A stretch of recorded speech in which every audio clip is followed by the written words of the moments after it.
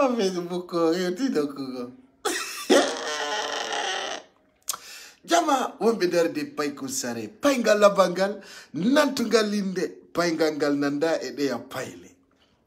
Hare do ngandi haju keku ala aju keku ala e ha ajo. Hare don komi ari on andintingol do parce que do ngandi lendi jede mi watta video. Kono mene kala konko fewndi e ko webiti. Pay kusare addana yondunde. Hare non ngandi min mi ala ko bona. Min kala ko fewndi e ko min nan. Mera mi laɓɓina na abonneɓe amɓe ɗo riwa sira walla sara. Hare non wonɓe darde payku sare ko watti kon. Mi ara mi laɓɓinana on. Ay ɗo ko ɓennata kon. En va tomber. Kako senko va tomber. Avec payku sare yiɗuɗa añuɗa andara e fiya umpito. Ayda andi woɓɓe ara ɗo ɓe inna. Ah, payku sare il est civil comme ça. Min komin e hore an c'est moi qui travaille là-dessus. Kono ɗo non mi neɓata ɗo goy. Kono ko mi nani ɗo kon ko ma mi humpita ɗum jamango. Mi humpita abonneɓe fidèle ɓe. Fati ñelo no wawi portande de ka plainte. min mi jindi aduna wa mi hayliki. Kono ari musidɓe min mi yali plainte windiɗo original. Plainte on Seragano windi original. Adama. Awa jama. Acheta hati bamil partage. Parce que do pay kuzare kanko nyande wardana yo me piji kisi. Comment Fatuñelo il peut porter une plainte au nom d'écriture originale? Ono yangibe jangube. Misiki sa porta ni goddo plainte.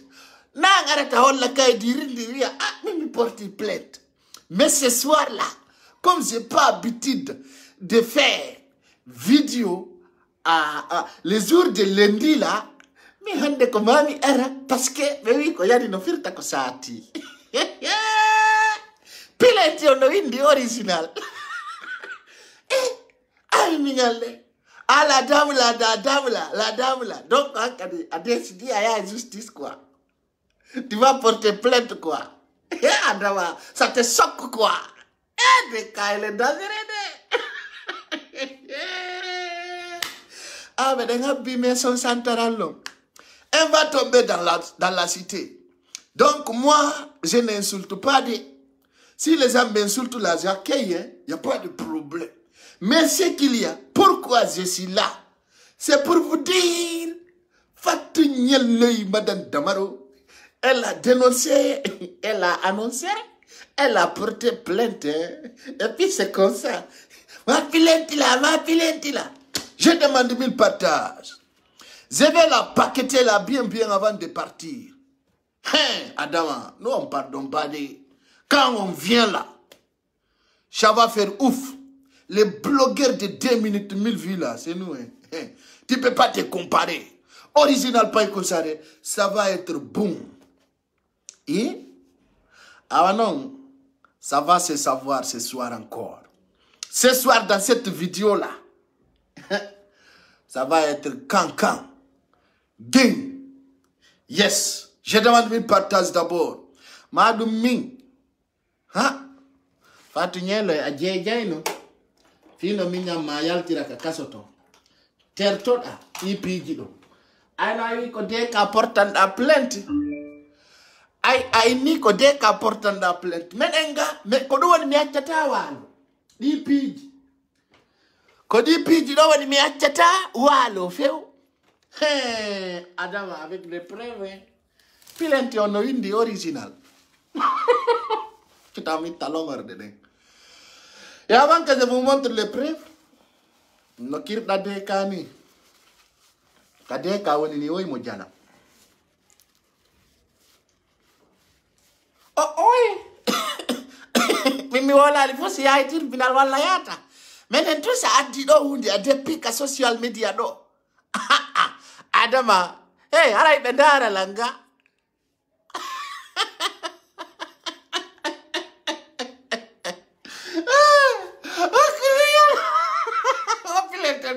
original. Hey, famille wa elati derka. Mi wala ide penale de argol do wada birdi. Il fa la do porte na plainte. Mimi do Sénégal no. Viens kadi la guide dans le mois de janvier. Bo kala prépare plainte mon. Non tant il est malade, laissez-moi la soigner. Parce que mi be andi ko bemba bisminati. Be ara handerga. Benata betao ko pai ko sarni opaka. Mi be andi la ko mi roi. Je suis le king. Kala kamitapiri. Ka opposition. Ka mouvance. Kala kabilu bori jawa dandi mi baka. Je demande 1000 partages là. Hey, a tiebe tawde, taw jambo be. Je me porte na. Mi porta de la plainte. Non porti taw plainte windi no original. Non porti taw plainte windi no original. Non si ko barki go to marde. Allah Rabbi. Voilà, on met l'andaru de vite fait. Avant d'abord de donner les choses, je demande 1000 partages. 1000 partages. 1000 partages. 1000 partages. Et yo, mi plainte, tu t'as marre, mais on bête aussi, donc.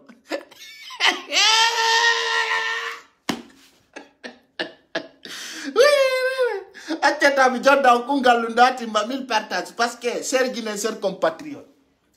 Comme les vidéos, les meilleures vidéos encore. Parce que, zéro tolérance. Comme il y a parce que ça va les choquer. Anani, no, il faut. Mais t'as pas écouté ça. Quand on dit, regarde, mais tu dis, regarde. Fatu jelo no dara, gani. Wow, là, le pénal. Pénal, birdi, mietata. Mi, kala kabita uri ko fit ko pénal. Mi ara bila pinana jama. Mon fala mono. Mon fala, wel, ta mi ara biraro andu hati ma 1000 partages. Angal pa ingal sare. Ay CNRD si bendari ara be teddini be ni l'enfant là bien. Ahuti gilla pa ingal sare. Konene baba duanimo. Oui. Ayara ibira. Sa ola gonga jidi ayara ibira. Tipina salero handerton. Ah, dama, ce soir là encore, ça va exploser. Lundi soir là, ça va être pas comme habitude. Ah, son sokalide karena ombe monde. Tangaru de yon, wadangon tout ko songaro yon wido à cause de Dieu. Hey, on retire pas plainte de. On retire pas la plainte de. Ok, 1000 partages jama on bouge.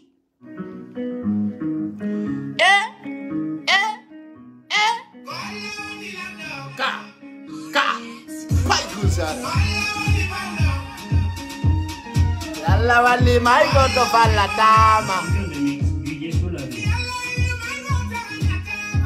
Ala. Goto ida tama. Ma goto ida tama. Ma goto ida tama.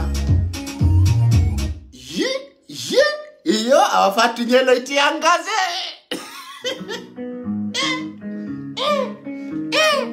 Atama. Tu peux faire ça. Tu peux faire ça, Adama. Voilà où il lando. Allah ni mai goto anyatama. Allah ni mai goto idatama. Baikunsare.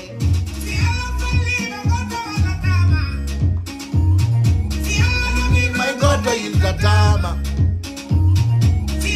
Ni goto falatama.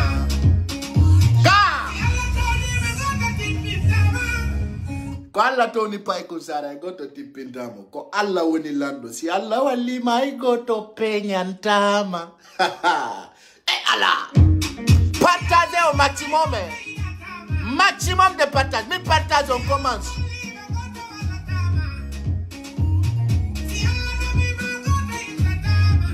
Rugi mo alpha Nyanga def Tanamu na Rugi mo alpha mi uri kemade Rugi mo alpha Otomona nama kala wa di pai ko sare ko woni do lan salmina ko toto là-bas.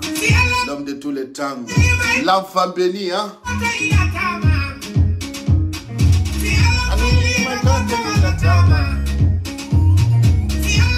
My God, anyatama.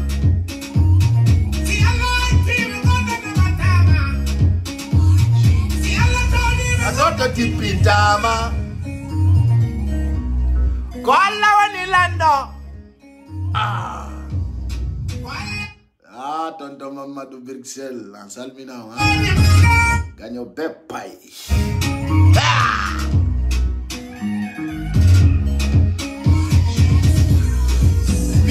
Ngailang. Mino yango vimana. Ala. La yango vima minata Philadelphia. Nerton à l'intérieur.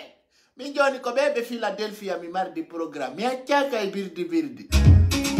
Kawnyari. Allah wani lando.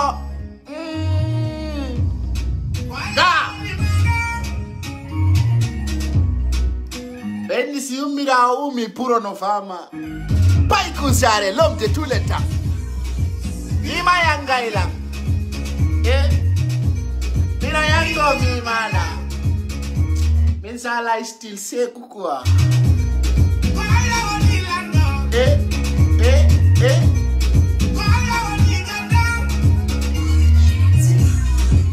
La wani lando. Deka ne parle pas chinois, elle ne parle pas quoi. Allah ni my God anata. Si Allah ni my God inataba. Nama. Abibu yo. Si Allah ni my God walataba. Pai kusare.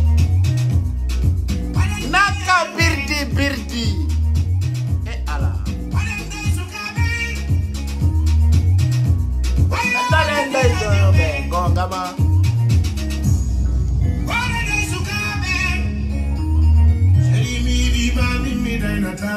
Yeah, daine romo ya kander gigo.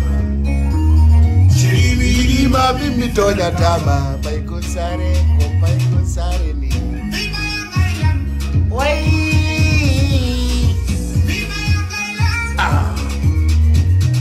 Oh non, les heures que tu m'as mis dans tes poitrines là, c'est pas ça. Hey, I'm a hog man. I love you, my people. English man. What's up? Hey, England man. Yeah, bro. Hey. Vima yangailang. Wai. Ka. Selma sidi my God na tatato. Ongama. Ngawani lando.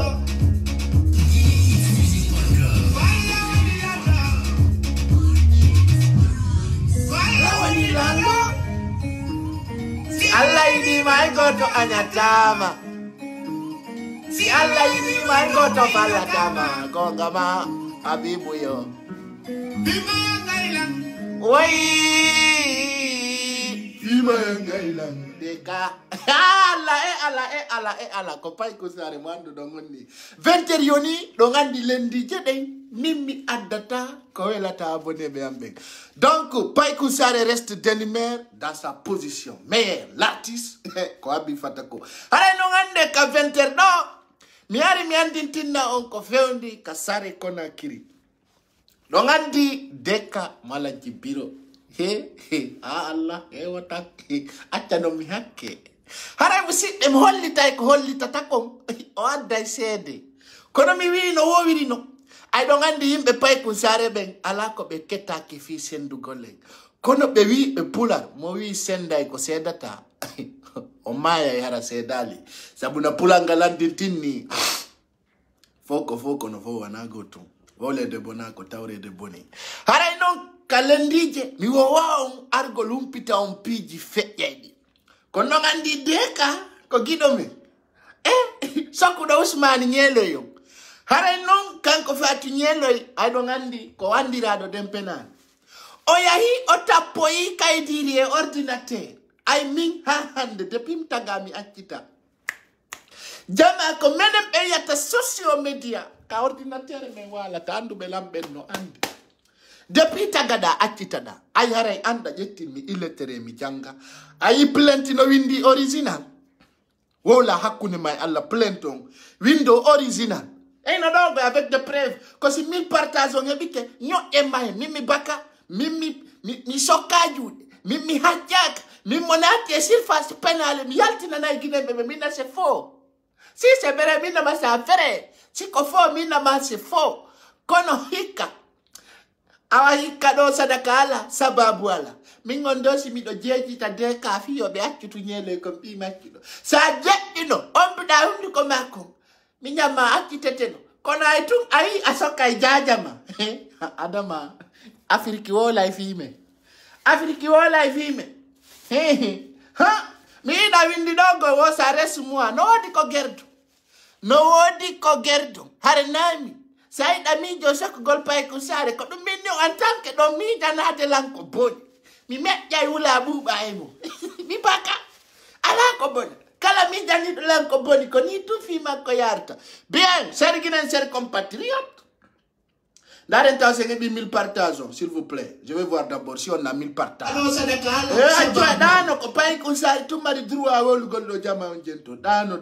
On a 749. Je demande 1000 partages. Mi altina na ngonga ka. Fatinya le sularia gal ko alla metti ko ngema me itante dum. Sai Alpha Condé itama kalamu mayali ko fi ya yu fi aduna. Ay non ayi anko deka jajama. Elle ne parle pas. Elle est calme dans la cité. Elle ne fait pas bruit. Elle ne parle pas sur Facebook. Oyino wana obulogez. Nyande o muharna mengala. Oyino no kanko koni wala koni. Ono laba joni. Mini o pilenti onko original windi. Minna o pilenti dono foride. Oyi pilenti onko original. Amino gasa kolutinta mae mbaba. Jama ono ongal dali. Woko kude bele sur volontaire. La ilaha illallah wa daratul dana nene da yurbi hakkude yalla afeti vraiment you crazy you crazy billahi ko benta ko elle devenu folle très folle mi demanti sai fop mi holla jama on penalité parce min ko mi andi jama sa portani goddo plainte na ngarata ka Facebook do na mi portani goddo plainte. Konti gerta via ma wakari porta ni la plainte mi réponde. Awa ino donon kay dirndi. Donon wadango foko sa inni arrêti ri plainte ma ndai ko penale woni derto. Penale fusko birdi. Awa ta portante de ka plainte andi ta gendi bare. Donc ko fenande no marseta kadi Usman Nyelo wondo e kaso no porta na wondo e yasi plainte. Awa mai ngadama ko kirdi ko narde. Ko venta ko lagine do en fait ye programme jini. Ha? En fait, il y a birdi qui mai. Mais ko wata kon video lagine do fo seminati bande le roi c'est le roi. Ko be mona no rilawo ko parce que ono do fo si pay ko sare nati e programme di makoding e style di makoding e jonnugol de vraies informations di makoding. Ara be wonaja. Ay no alla wadi joni pay ngal kadi wayasa ngal tik pora e Dubai ngal tik pora e Asiaticon ngal ne bataka dara ngal ya Philadelphia ngal yalta e Philadelphia ngal tik pora e der aeroport on so mano mia ko kadi volta ye pay ku sare katigi na ka birdi aposato seminati aposato sa aposa ki mi jibet polorndu yes aya kono woniri don sawata apotito Allah mi achata mi sokka peda ara jama ndare 1000 partage on timmi yandi famondire ko fewndi ko parce que mi nebay do kono wana ha quoi ko hollugol on tum penal de marsita Fatou Nyelo afeni ha joni asakitori tribunal o da bay deka o deka no lubi mi nyamakko en coup volontaire o lanci ornde o kondum o woni naɓirde de ka justice holli kanko Fatou Nyelo wo ɗo gandi me yaltinno talonwal arna paɗe timbere me yaltiri ɗo me inni de ka lancuno hoore Nyelo e nden ka biro o wiyeteɗo ancien général Ibrahima Balde o tawi Nyelo no jooɗi o wi kam wiyete Nyelo ñeloy wi ko kañu wiyete ñeloy o wi ka yenni babenga ñeloy immi woyo duñumo o sorti talo wangal o sofini ñeloy wanno ɗo vidéo ji wi ko fenande i wana gonga ayne o wi no c'est pas vrai ha jaje makko démentisimi yaltini photoji ɗin ɗo minni he ñeloy ɓe ɓolima paɗa wiɗa non tawn tewtongal paygal gerto ko fenowo ko ni ko non andi min ko non mi yalta mi wolana aduna on gonga aron yen nommi aron aser nommi wonaya ɗon non de temps en temps gonga kan yalta yimɓe ɓe ay pay ko sare halno kono c'est pas important on cherche pas raison on cherche la réalité dans ce cas ñeloy woɓɓe défendimo ɗo wi non ko pay ko sare haali ko wona gonga hande non ko coup de tête volontaire putinimo awa wonon joni ko yore ɗum ɓe portani la dame de fer originale de Kadiallo, la fille de Mamoun. Si tu es de Mamoun, tu s'appelles Kadiatou, mets le cœur s'il te plaît. Kala de boynete do Kadiatou, jange kisiye, woni hakkunde ma pay kunsare. Hakkunde ngela. Tana ala nder ton fus. Baba. Be yete be Kadiatou be sokkaju dade. Si be mettete baba memo ya nder ton. Ko buri mi andude do wo fono ande. Donc là ça ne parle pas beaucoup. Ça ne parle pas beaucoup, hein. Ça ne parle pas beaucoup. Ok. Dans ce cas, on a 849 partages. Moi, je demande seulement 1000. 1000 partages, on bouge. Je vous donne des preuves juste, très claires.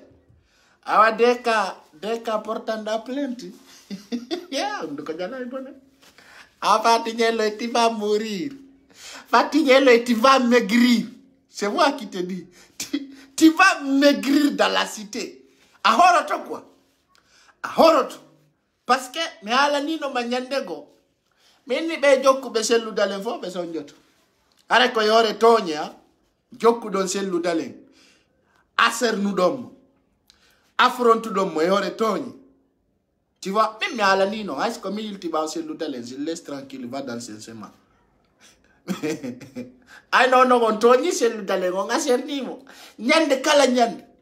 Ay tu ngon dari no wido ngon wirta e sellu dale yenno nen makko yore fenande nyande walla ukkayo ngi actiji tawaji o yalta taydu tawa nyande wadina o jeewa ina kari o gombo jokkuno nyande go yimbe be anda na mere ni aton timmude 1000 partage mi halna do hunde kon sendindiri kuddi e mere o andi fulbe be nani dum kono be anda ono nano bempula nene kuddi e mere nawnu no anyande go non nene mere e kuddi mai tay kuddi no mari ngari nagge jandundi kalal di jandundi mere ari wi kuddi milla mari do nyalunte soku joni jette ngari mandi sakkane nene kuddi wi watta ko nandi e dum kanyum nagge mu ngirse take nene mu mai hajak ko wat no wadi o vami mere fesi e kuddi jabali kuddi wi wattadu kanyu nene mumai lanni haccaka no wadi wo dans ce sens wono ido mere jetti nyalu munku jonni bolondaw e sakkani nene makko kuddi e nder balde yontere den don ha ko no wi'e tomboy la hela ka burure to wabbe no yako was ngari ndiyay nyamoy ko ngako do hako kon waray nay puuci nay ngari ndi wali may ndi saka ndi harmiri ni ko do yiyato ka goddo puuci na o walla be bonni mo hunduko be he do na mere ni andi toujours mere kanyum walliti no biro mo kuddi wi watta ay ko do yiyata ko goddo yiyata mimmi haja kay nene am o yigo be yo be haja kay nene mu fu o yay suite ton compte yalta taway ko non barki ala donc yanga no biro ma teddinabe andinabe wano mabbe ala katna do ko dum minni on dum buya big up sarde laba woni poy ko don alla ukindiri mere kuddi vous voyez la différence ko do yatta ka goddo piawo be nano c'est pas rien ya la cause dum porto be nginata fulbe be wiya wana mere ni marbe be hakkili na ko hudado ni ay ko kuddi donc fat ñelo ko kuddi jogiti ka be yari wobe hollay acernement wala très bien ser ginen ser compatriote Est-ce qu'on a 1000 partages déjà avant qu'on bouge? Je vous montre cette plainte médiocre qui est fabriquée dans un ordinateur. Et puis d'abord, nous concerne le ministre de la Sécurité. Ça concerne la gendarmerie. Ça concerne la police nationale. Ça concerne la sécurité guinéenne. Ande go do Yahoo porte plainte et der ordinateur. Ay min plainte di lagine dim jogiti di fo pande ka plainte tapana original. Hein? 2000 partages. Ok, merci beaucoup. Merci, c'est ça mes abonnés. Kodunge lancer des vidéos. Les blogueurs les plus suivis, les plus influents. Allah wadi donc kalenyol pour le foot tawa ko pay kunsare. Mais Allah nta goddo fenande fi yo weltanoy. Ko enen do fo woni pay ngal labangal nantungal inde. Si mi gayni en gayni, si mi mapike o mapike ko dum mi do bawo mom. Kala kataw den fenande no ton en sokka jude. Voilà, kwati kontao. Attends, a de birdi fatu nyelo yo. Mi jonna on détail. Hina do pilentio. Pilentio jamandare do. Plento no windi original. Dare do original. Ono i plenti no signire original. Original wo plenton ko original. Ono ha hando i plent tappanado original. Jonnon ko andirta e no he la ila la babadare la vero kirdi. Et puis dare hakkude boge alla ko goddo boji dum jangudo l'école duubi no pocca sigadi piji do o yaw c'est dans un formulaire qu'elle a pris cet papier et photocopié comme hulbinta da sikkude guinéen ben ko fetube dara jama he ko be boji kon do hey ko be boji kon jangudo no winda sigadi awi ay lawol nyemete hey jama hey mbojadu be mboju be gayni be accido ayi jonna o mara yaltina dum do o ya jama je porte plainte ko fenande fus tapale yo rew kulle jam e puis do kadi mi holla on kadi ala ka kaydiri ndi signa hay nokku formulaire ala holludo ko plainte guineni. D'abord ça c'est détruire l'état. C'est là, c'est-à-dire, ça c'est un trafic de la sécurité. Elle mérite quand même d'être engagée. Parce que cela, elle a trafiqué la sécurité de la Guinée. Ça, l'État doit prendre note. Parce que ça, il y a des petits formulaires. Tant que ça ne correspond pas à la plainte de l'État, à la plainte de la ministre de la Sécurité, à la plainte de la police nationale, à dit trafic. Parce que le trafic, quand tu appelles la trafic d'humain, ça fait partie. Parce que nous, à la kota wasilam guyi, nous, trafic direct, nous doit verbaliser de 5 ans de prison. Parce que nous avons un trafic de médicaments, c'est-à-dire, au fin de la mungu woni la Guinée, au fin de la woni autorité, parce que ça a des petits caïdires, il y a des petits formulaires dans un ordinateur. Ah oui, n'importe quel plainte. La personne n'a pas reçu la plainte, tu ne dois même pas prendre ça. Venez dans les sociaux médias et mettre ça sur là-dessus. Je vous dis à la sincère, à la connaissance des sources. Et puis, on nous met une plainte là qui ne faut pas un plainte qui n'a pas de signature. Un plainte qui n'a pas de signature. Regardez bien. Plainte à la signature, il n'y a pas de signature. Quand il dit simple, je vous dis, c'est de la formalité. C'est de la formalité. Vous pensez que vous allez paniquer quelqu'un ici? Arrêtez de vous ridiculer. Arrêtez d'être comme ça. Encore ta formulaire dans un ordinateur. Tu photocopies la papier. Tu viens te dire que tu as porté plainte contre quelqu'un. Comme Baoul Binta. Nous, on n'a pas besoin de prendre de ces sources-là. Moi, ce que je vais te dire. À terre, toto fenande. Sa terre, ta qui fenande.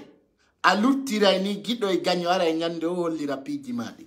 Parce que pénale, inoton. Et j'ai reçu beaucoup de choses sur toi. Attends seulement la suite. Mi baka, mi achanta, I go to a fena do yori jama. Plenty windi no original. Honto yi don du jama. Bouino andi plainte qui dit la Guinée. Il y en a plein qui ont reçu des plaintes, qui connaissent. Là, illallah wa badar rasulullah. Adama. Ça fait rire. Ça fait honte. Mais la Zikudo, elle était assez maturée. Mais je vois qu'elle est médiocre. Mi hakilala. Je risque même de ne pas donner le nom de Fatou. Adama, comment elle peut se comporter comme ça? Et yo, plainte. Jamandare de pénalido. Mais on l'a non qu'à dire. Et puis elle vient, elle fait semblant comme tout va bien. Et on voit aujourd'hui cette plainte-là, c'est médiocre. C'est pas une plainte. Johnny, non. Je vais me dire aussi. Elle va venir dire que bon, vous savez comme moi, je suis musulman, j'ai retiré ma plainte. Ça arrive à Yidama, a retiré plainte, mais ça, il te dit. Ça, je te tolère pas dans la cité. Je tolère pas, mais tolère pas dans la cité. Ça arrive à Yidama, vous savez, moi, je ne peux pas porter plainte contre. Ça arrive à Tony CNRD, nous, Kaïtema. Parce que dans nos plainte, il y a na plainte. Donc, mais rien dit, oh oui.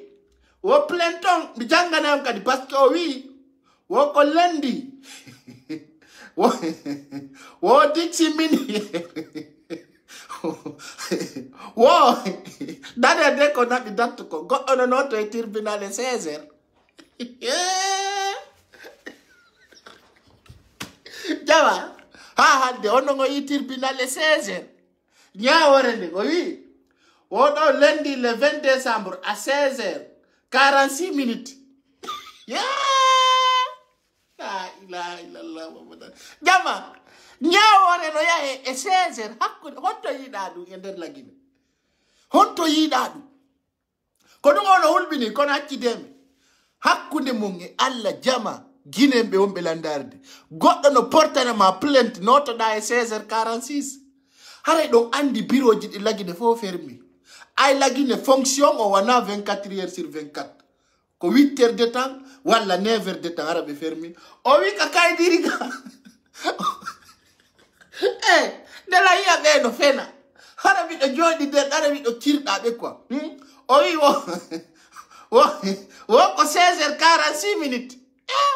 Ami be andako commissaire Jombo winda madu do akude yalla. Ko commissaire Jombo winda madu. C'est quel commissaire qui a écrit ça pour toi? Wo plainte on 16h46 minutes. Je suis différent quoi. Non, celle-là, elle est grave. Elle est grave. 16h46 minutes. Java ko aduna do. Min comme yandi police et tribunal. Ko fuddo to ko 10h à 13h. Dum woni kala ko nyaawore watta ko aduna do. Ha? Min mi tefandi ko impilenti walla impilenti no wonti rio fo fami diku min to ko mi andi fi nyaawore ko yo fuddo itti 9h ha 13h ka 13h yoni wo 14h ha 15h harabe fermi be ya c'est fini c'est terminé kono 16h46 abido min do mi tawoyte kasudi nyaawore mi jodore to wawoka donc ça soit clair pour tout le monde. Tu donc fais mais andintinda ma do tawa tata kuro ronku sokude min si mi tippi la Guinée mo portani la plainte ko mi metta man kam papa directement hakkunde ngi Allah mi sudarago si mi tippi la Guinée goddo portani la plainte mi mettete kam papa direct dun no eska on botigide mi tefa ka dande ki non jamanu hulbini ha siga de penali dun dugude leñol mengol vrai yimbe ben no ami Allah wadi mi do woda sombere ande goddo watande sokude on gaynali kala ko fen do ngaddu don ka réseaux sociaux do mi ara mi demanti sa fa min na jama on ko penal mi holla on video on ka woni ta hollude don kay dirri parce que yo supprimi men ari siri video men ari siri mo sakko data wonu a wadi ya supprimi 16h46 minutes o ko don goya no to andi ko do woni ko yaro yeya vous savez le CNRD quelqu'un est derrière là-bas. Elle n'a pas pris la convocation. Ici, Kijama, ça porte à ni pas que ça de plainte. Comme une doigt de Jama, mi porte na ma plainte. Ara ino do plainte comme mi porte na ko. Même on l'a en vidéo, on fit à oyer du tout. Non, on kirdi quoi, on yurbi, akudi Allah. Non, c'est pas la peine. Donc elle se manque elle-même quoi. Non, la dame là, elle est grave quoi. Grave psychologiquement. Gente mo donani habbe mi holla on video on tam. Voilà, abbeta. Dare mo donan.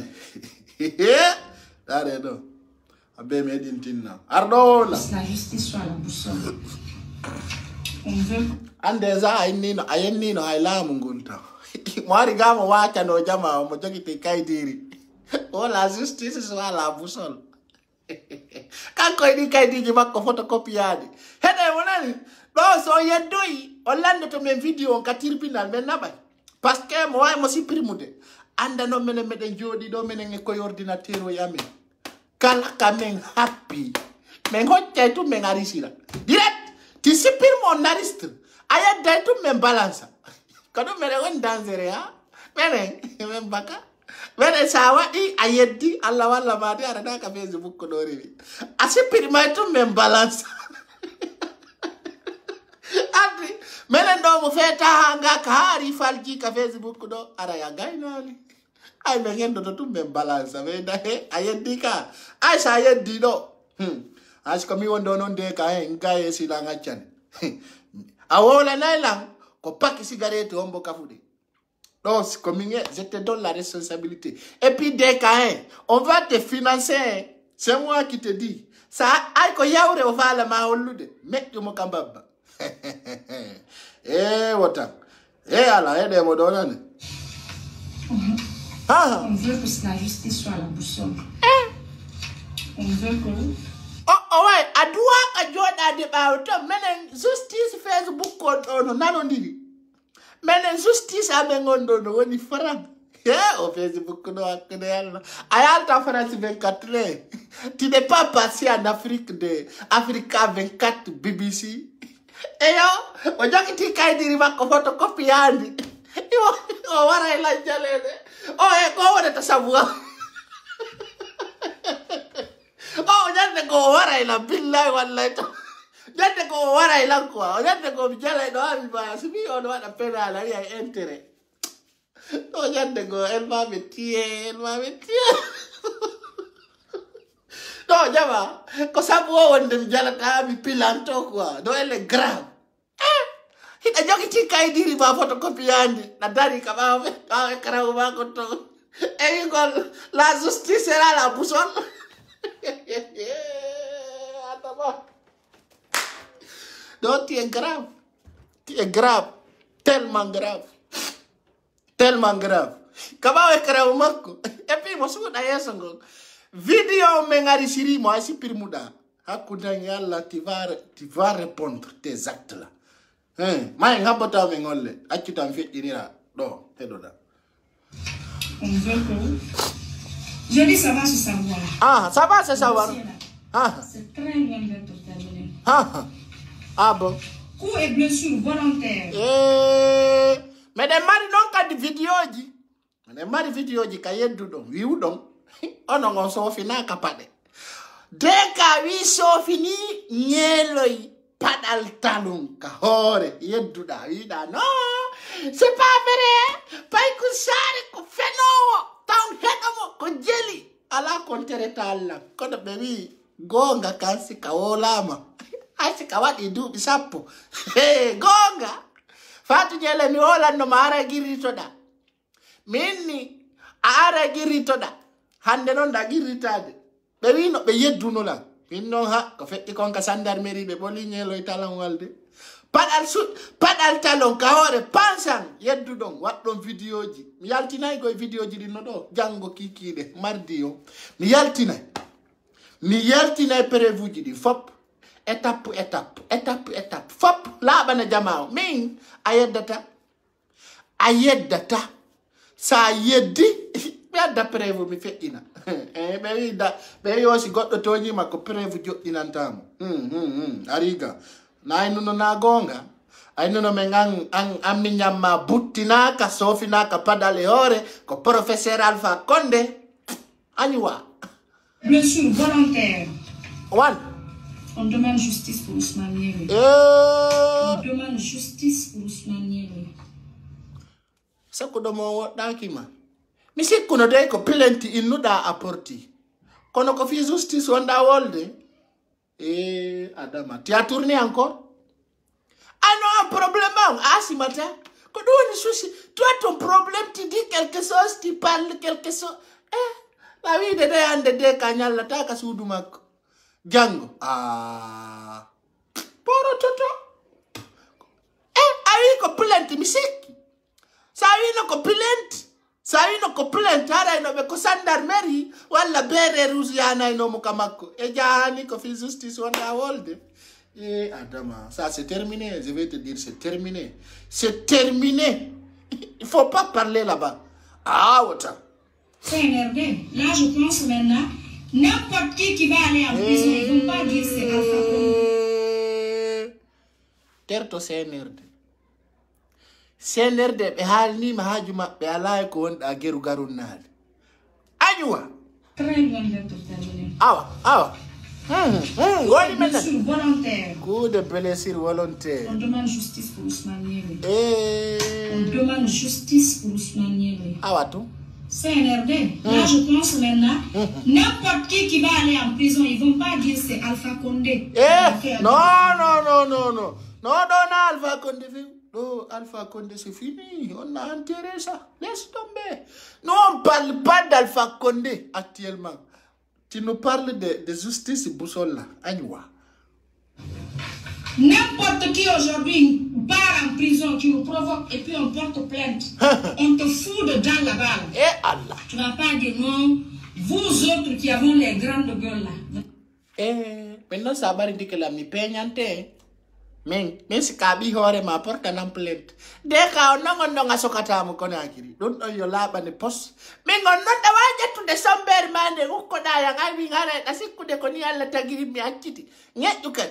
Don't open alman mini kufena and the fus. Doko ku birdi.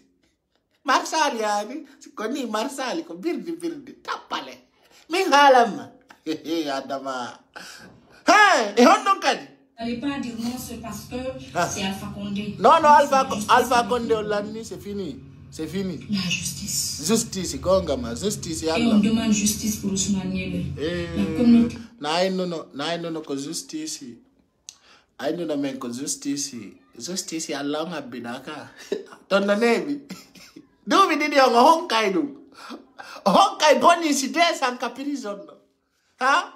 Non, ne le détestez pas, attiez donc. Comme elle se prend comme une folle, mi walla do jama ko penale warta o forma fenande do sikka o ani nay goddara mi do woda min en tant que vivant uri selli mi accata kala ka fenande woni mi sorta nay dum jama mi walla be min ko penale woni do yo fejje national et international o justice international et national paccu mi yara bira adama sarsa do kuran jandi mbete cumi sarsa kuran jandi ndaw parce que angon sikko no ko la sikko de ko dixi numéro 44 55 66 13 58 faut enquête de recharge d'électricité justice internationale Adama arrête-toi faut censer un jot. Non, c'est pas la peine, tu es timide. Faire comme on est, ne va te nier balare. Comme il y a, compagnie, demander justice. Pour mon frère qui est détenu à la maison centrale. Bientôt 3 mois, il a été frappé, giflé. Bandi ko yo sofine. Na ngi no bepinaka banto wadaka. Siffler, lancer, frapper, détenir maison centrale. Hande aïdo de osokitaki. Mon frère n'ira pas en prison. Mon père sorti pas en prison. Ande kawani harde kadi condamné frapper. Oh voilà ça bouillonna pour l'âme. Adama tu fais dire ça aujourd'hui. Andi nyande gay nuno. Hala ni no ngi video mi yuma. Ida nyande kala ben tippi lagide anaba men korondika ayalta ituba fido andala woni baka ikanda do kala bi jadi do la ko boni ko minda tay walla yaw labal iddo nene mun duwane do barkina do nato e der Philadelphia yalta baka Allah wata yettidi ha c'est bien ça C'est bien. L'histoire commence. C'est ça, hein? Giflé, blessé. Et lui, on le met en prison. Et dans les kogonga, les sifulo nomo, les vecchis nomo, les banti nomo. Non, Carico Fernandez. Tu avais dit c'est faux. Oh, non, Carico Fernandez, on a goga. Nielo i banta capuchinaka. Adama, tu peux dire ça encore? Parce qu'il soutient un autre parti politique que eux, ils n'aiment pas. Elle manque. Parti on va soutenir là. Minye ni hal na mado. Haju IFDZ ala hay min pay kusari hande. Miyai RPC wala miyai CNRD wala miyai kala kam falina. Sasa nangazi ka terto dun penale ma ko dun no sonjuma. Allah. Adama. A terto dun. Mi hala ni ma. Fession. Formo ni argol do la deru mu yejo wada ni CNRD fala kadum. Allah. Aya yande dumbu ya oli ombengu mako. Mingo so yenni la mido jabi parce que mido burio. Say tun goddo yenni mandu fu so waawna. Say on do jodo do yenni la parce que jesi on yenna talan ko bemmo ngala. Ay min kala ko yennu da do tay bemma ala dum. Ara je suis pas facile. Parce que min awatela yennu de ko bemma ala ay. Kono sa sikki yaw gol yeka bobo mu wada ni. Tappa ni wada ni. Ya asikku da dum marsi na minu ma du yaltinta minyam mandertu. Minu ma du yaltinta mutum. Actuellement, en Guinée, on ne montre pas les faits, on montre l'expérience. Il y a un programme. Yeah, il y a un programme. Et soutient un autre parti politique que eux, ils n'aiment pas. Parce que nous sommes peuls. Nous soutenons le RPG. Et malheureusement, il a été... Quoi? Parce qu'il est peul, il ne soutient pas, c'est nous qui est peul. Fernandez Fous, s'il faut. Hey, ça c'est asif. Tu sais nous d'aller. La ilaha illallah. Muhammad Rasulullah sallallahu alaihi wasallam. Allah. Quand nous minons kadi me mayanta fi dun don woda fi la materi lagine. Nani ono woda penale. Choboti yo golo mas. Ya. Wo. Fi o sutena. Tu sais nous d'aller ko goddo suteni ko e ko sutena. No. Combien de personnes? Tu peux compter ça? Combien de personnes qui ont de l'argent, qui savent communiquer, qui ont des pouvoirs, qui ont des talents, qui ont tous les caractères? Mais tu sais, le moment qui était dire, mais il y a pas de problème. En même temps, na gandal, na femme, na forme, na expérience, na relation. La ilaha. Mais encore nous d'avoir des partis politiques. Na awole te goddo hedoma, na vidéo ma partagé te. Encore on goddo. Non mais comment tu oses te mentir comme ça? Quand on dumbu ya wi no haji makko Allah e mai. Oui, des personnes qui ont fait tout de ben nodata ma sibe ma ben la folle vient là-bas. Ko fait tout do ben nodata. Hey, hainde mora gardi o wonya to vera c'est la folle elle n'a qu'à passer. Du sel ludale ko siga mayat. Ando woni wol defi sel ludale. Mi sikki si ti important. Si aya hitu ko parti o wala tafi mayna hari kari no do o duano kayade o duano kawadde dunge o duano kawadde dum. Mais si tu n'es pas important là. Yahuda haju goddo edu. Hande buide ino wadu gol video ji yimbe be landi to tako fi mabbe kono si pay ko sare woni engagaki do 2 à 3 jours say message ji din ko woro pay ko sare anawna pay ko sare fu wadama c'est ça oyi go de balde do ami ari mi fetti ni do minnon gauche à droite nano nyamo fop on ha pay ko sare c'est important parce que be andi pay ko sare c'est un grand pilier il sait ce qu'il parle. Aïe, mimi hajak. Wabe na komi bandi, wabe na komi arnaquer, wabe na pai kusari no moji, wabe na no adani lambudi ay komi hendaki. Kono dumfo mimi jaba mi fe ina parce que je suis calé. Wabe na mi janga oya wabe falte la yenno de do fi mo lu fi ma. Mais même sali.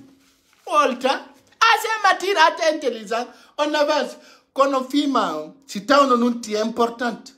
Be wada ino assemblée be o la fima kono ange minye ta tampi njama onkwa you know tata tentampi bebe quoi you know ango sa only fi parti politique ti man seulement mantes c'est l'oudale yo parce que je soutenir c'est l'oudale adama awa c'est l'oudale no soutena et ala ni el prix de 0 à 4 assalamu alaikum kala ko yalla c'est lu jomba non a foutre temps Jolo day il faut continuer la prière on y va Il a été condamné parce qu'il est peul, il ne soutient pas celui qui est peul. C'est faux. J'ai dit c'est faux. C'est faux. C'est assez faux.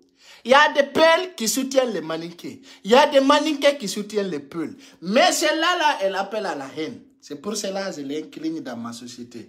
Les CNRD ont pris note. Ils me ont dit comme il a dit. Na birdi birdi. Ango, la matière. Ange batta golland. Dullani.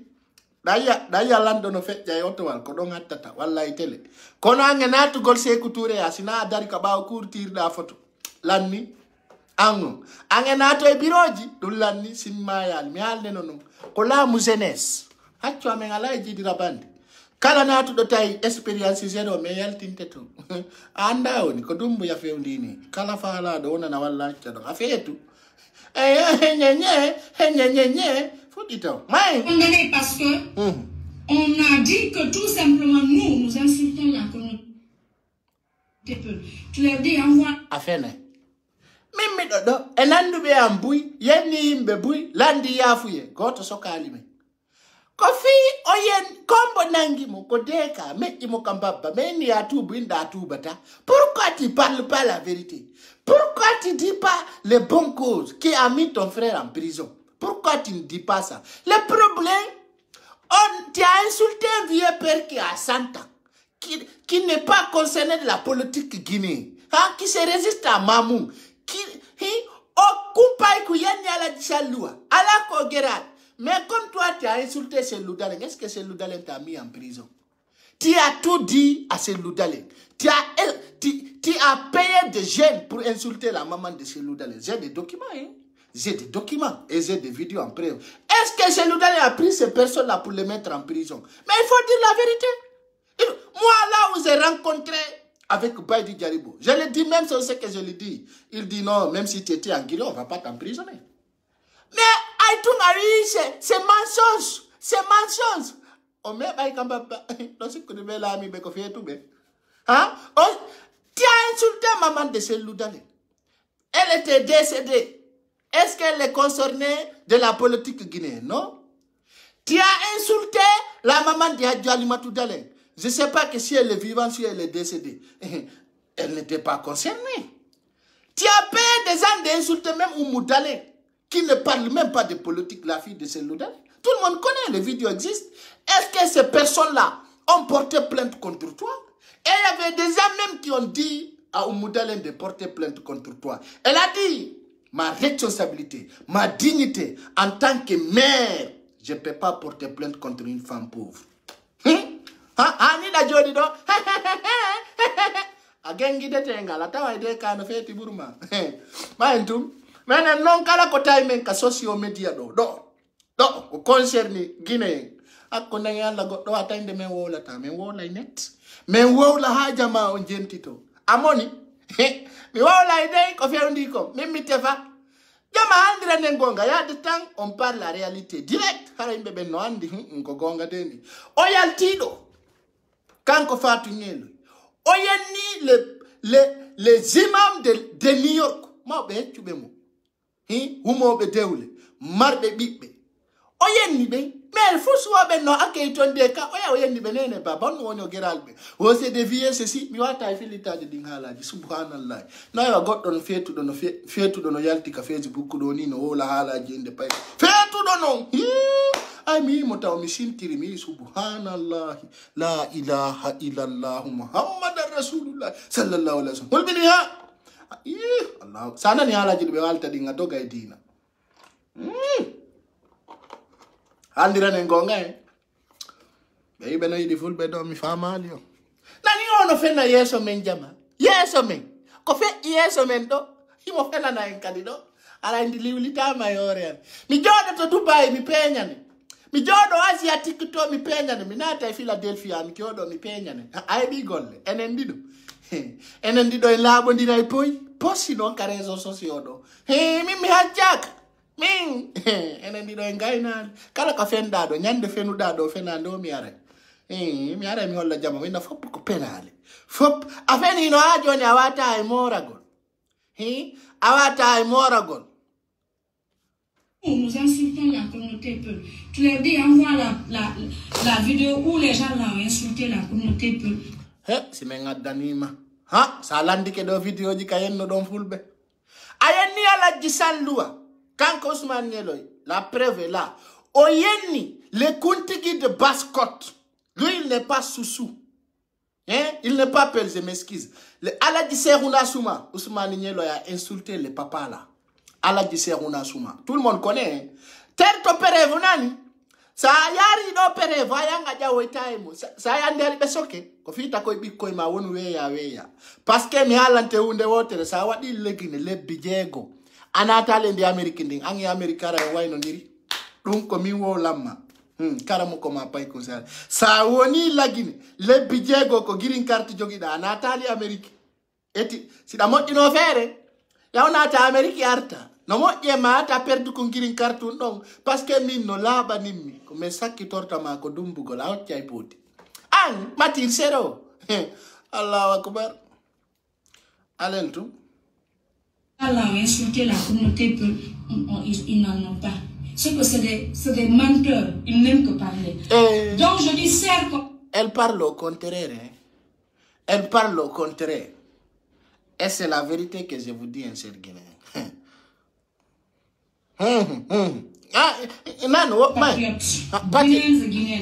Les patriotes.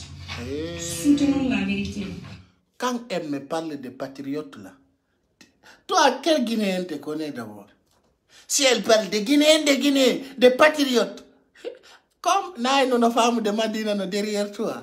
Elle a dit en français, les femmes de Madina, les caches de Madina, sont tous derrière moi.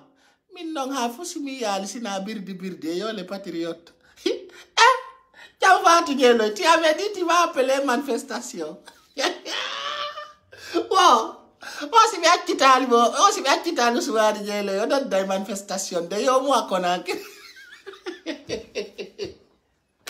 Allah rabbi oya de jara ella va metie. Wow, aujourd'hui. C'est colonel Doumbouya, ne laisse pas mon frère. Billahi wallahi tallahi, je vais appeler manifestation de Conakry à Yomou. Il faut aller à Kankan. Adama, tu peux dire ça. Conakry Yomou. Il dit, est-ce qu'on a déjà de tête de Golkenda ni Obi Bakui? Alors, elle fait rire quoi. Elle va appeler manifestation, j'ai dit. Tu peux faire ça. Je vous demande de nous accompagner. C'est moi. Awakala Guinée accompagné de Dundo. Il y a un kene pétan. T'as fait quoi? Guinée de souci accompagné de Dundo. Combo. Mais regarde-moi, je te donne 2 mois. Il faut nous accompagner. Oh, le kirdi quoi. Koporozeni, kopui wanda ndol bori quoi. Kopui wanda ndol bori. Billahi wallahi tallahi adaba. Tu peux dire ça comme ça et les Guinéens de nous accompagner. Ça wando comme jama quand c'est le problème. Alors non. Andi comme yatama, ya commande da gâteau anniversaire.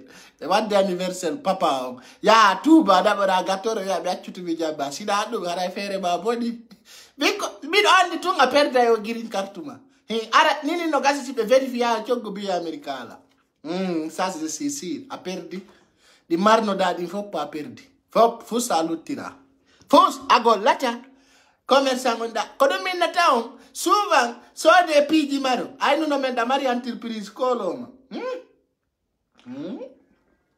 Nami bire des adida aron ki na fena na mendoka diani. Ola na menfi pilentiji. TV5 Mundo. Allah ko kirdi la sala kide la ilaha illallah on ko France 24 fa be moi ya TV5 monde ça va passer inhe nyanya afeti la manifestation Andy on va mal ka campagne Alpha Condé be yaltin no France 24 be wala ni be publicité me andation yi ay do dum Andy o yalti do France 24 ibo jodi e ore to moto na juude mo se ko ditu France 24 yaltirte hay Gangan TV ya yaltata hay Gangan TV tu ne mérites pas de passer akriela no zella elle me fait rire o jalla la oda orde musami adama Nielo, il est en prison. Demandons justice pour Ousmane Nielo. Mais tu as oublié, tu avais dit un jour Nielo n'ira pas en prison. Pourquoi toi tu te mets au contraire? Tu avais dit un jour Nielo n'ira pas en prison. Nielo ne va pas aller en prison. Et aujourd'hui, tu dis encore Nielo il est en prison. Non, Adama, toi tu vas me tuer. Hey, aussi Nielo yalta avec la prison en fait. Yurmia, billahi, ça fait pitié. Koranda, tawa idon deka. Gossete. Kuta kutu. Il n'aime que parler. Donc je dis, chers compatriotes, Guinéens et Guinéennes, les patriotes, soutenons la vérité. Je vous demande de nous accompagner. C'est moi qui est au dehors. Nielo, il est en prison. Demandons justice pour Ousmane Nielo. Honto Général El Sisi. Où est Général El Sisi? Kabe boti no makamir kanko indalare makko deng. O tertike Facebook.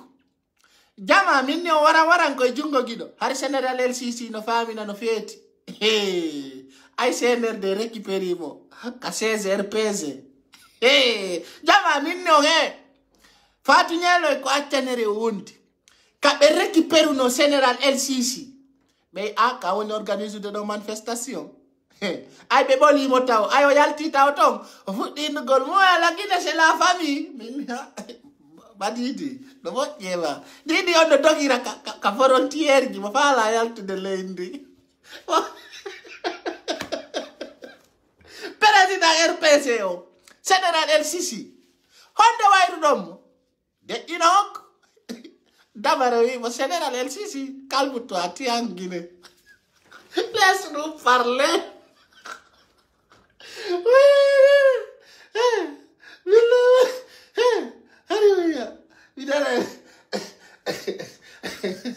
On fait beaucoup de cinéma, quand on dira CNRD.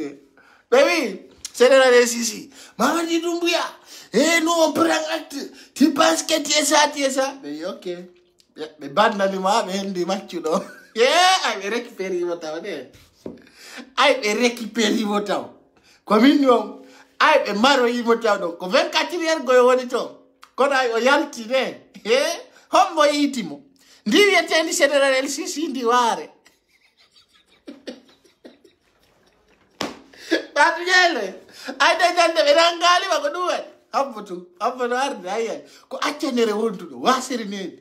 Kabe hendi non dum bandir don e da idum e wari lere di petta be akkiti mo ne no yide ma wada video ji ataka Dumbuya de yok ko hundu ko tumbe mari sekkoji tum gaz re wotere nyama ko dogini be minani dinna savez en Guinée ici nous ce qu'on avait demandé c'est la liberté provisoire de professeur Alpha Condé minni ay be nangi mo tawna ay be oli mo bante pompang garan do akkita no do nini no gasa no doga yaadu Sierra Leone ni honda wayru dom minni ina no pusi wambe nganya nade do mi hawo janabe acciabe ti palagine be wada o birdi penale mabbe ka nder leyto beya so inini mi do ina fulbe be wattane ila ko fita masibo wadu wobbe ndonka be hendi nondu be regilindi de yok banto woto o ko Général El Sisi ndu deƴƴu ɗo ñande manifestation gonɗo on nanti to mayru hari jande o ndunno yalta cellu daleñ toi et moi face aux élections je vais te gagner min ɓeyno sikkude laamu ko ɓeyno sikkude laamu ko bitiki arɗo o naata soodo hey ka ay ɓe maƴiniidu taw bang ndu deƴƴo honde wayru ɗon ndu ko woni wo ko accanere mais ga je vous dis ko woni wo ko accanere hade dumbuya e payle ɗe ɓeyyay ndu deƴƴiɗo hokku ndun ɗon kadi konde wayri ɗon tuyide kuɗɗo kadi hambe tum ça viendra andi konno Allah walliri oɗo ko paske ko debbo taw yo yawtum yeah demandons justice pour Ousmane Nyele. Konde wayri ɗo sénéral El Sisi kanko e Fatou Diallo ɓe ƴawi oto potium on va aller visiter mon papa on va aller visiter mon papa Alpha Condé libéré min acce so gaccani jama piiji muyɗo feƴƴa ka réseau sociaux ɗo min ni on ko ardingol hakkilde so yomi ɗo yiɗa ardine hakkil wattane yila ko fiita woɓɓe men naatu e tana ndun ɗon kandu paacinano ñande manifestation ndu deƴƴi hokko ndu ɗannini goy ko ɗum woni min hotel fo ngam piyatala ndu andi kandu waynodiraɗo piiji ɗo feƴƴide ka réseau sociaux ɗo nene goɗɗo no deƴƴitin hokko o gandata ko woni nder to yaade chose mayin tum Même chose. Comme colonel Mamadi Doumbouya a dit que la justice sera la boussole.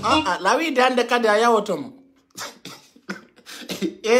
ko wattugol yila de mo wowla inde Doumbouya e hoore tooñe yontigi watta yila ɓe ari ñande oɗo jooɗi Doumbouya si tu ne libères pas Alpha Condé min he ko Doumbouya woliran toon ni hanɗo haaju Doumbouya e ko sonkoto kono habbe kila misel lama on no ton menen ko menen ɓen gollitata joni kila misel lama o ade ko datiɓe ya puuƴide kaari o faala wukkade reccinayo ha jawɗo o sénéral El Sisi jowaɗi o hardi jama o gaduna ka réseau sociaux ɗo o yenna Doumbouya Doumbouya tu penses que c'est comme ça Fatou ana ko ɓe alanomo wiide ɗo mi ok kono ka ɓe hendinomo ka manifestation ɓe puucinimo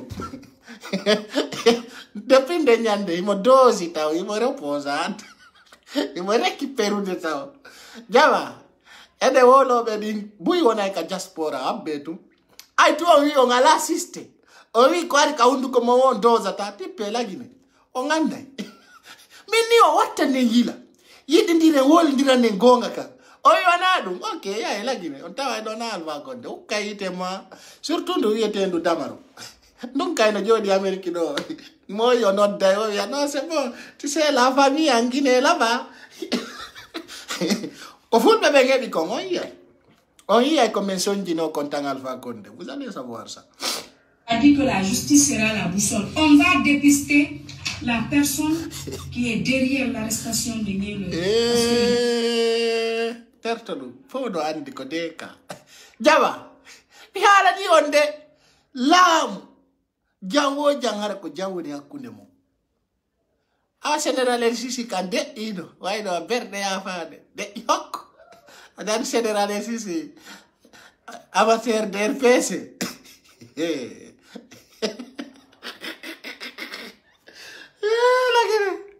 lagine no waddi filmuji kirɗuɗi ko filmuji fijata lagine Attendez encore à intimider les juges. Yo.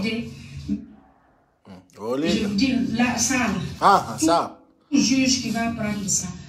Quand tu prends l'argent que les militants de qui, je ne sais qui va. Quand on mène ta bataille avocat la Guinée, tu as commencé d'insulter les avocats. Mais la vie de plainte gars portant da. Mi hala ni on de ɗum na plainte ni.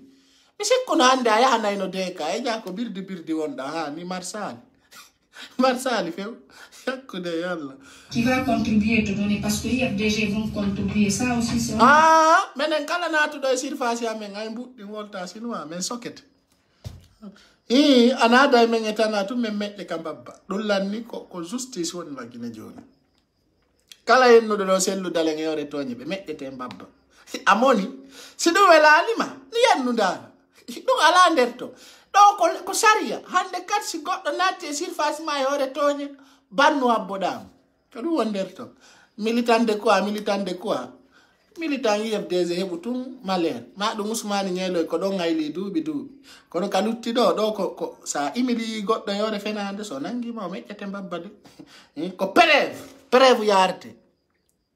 C'est que ça aussi c'est financement ça aussi. Wakilo finance mi halane non mi no manyandego di nyaamuda ka bamba fare fop mi foppo majja finance de mi nyamma di lannali taw ko haadi lanna men ukkayite majji fop habbotu haray pipiru lutta ajatinen ma anabi be haka general haka colonel Bala Samura o ima kanko dun nagolle makko yennudam Bala Samura witti e fol kanko ala ko jabuma a gerda yaduna ma moyida o yenna anni sombe uma kunku ngala e sago e ukkayite ma mantu yeah Freeman ko de ko birdi parce que ça là aussi IFDG va investir dedans na mi gaynali halude min yo wayo moddini kay diji ordinateur o gayni o photocopie o windi ko fala ko o yi rendez-vous on ko 16h46 minutes